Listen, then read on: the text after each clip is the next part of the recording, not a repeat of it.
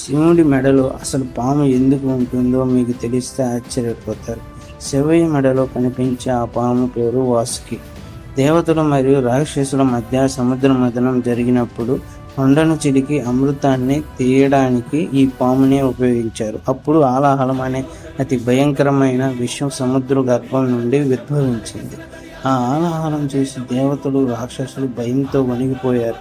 ఆ విషయం ఒక్క క్షణంలోనే బ్రహ్మాండాన్ని నాశనం చేసే శక్తి కలిగినది. అప్పుడు అందరూ కలిసి శివుడి వద్దకు వెళ్ళి ఆ భయంకరమైన విషయం నుండి బ్రహ్మాండాన్ని కాపాడాలని మొరపెట్టుకున్నారు. శివుడు సమస్త లోకాలను కాపాడేందుకు ఏమీ ఆలోచించకుండా వెళ్ళి ఆ భయంకరమైన విషయాన్ని తాగేశాడు.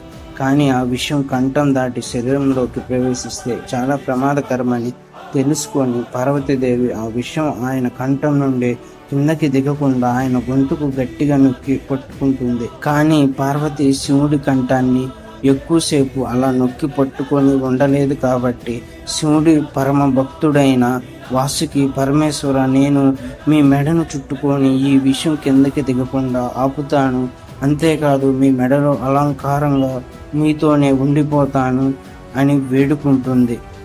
శివుడు చిరునవ్వుతో అంగీకరించాడు. అప్పటి నుంచే వాసుకి శివయ్య మెడలో శాశ్వతంగా నిలిచిపోయింది.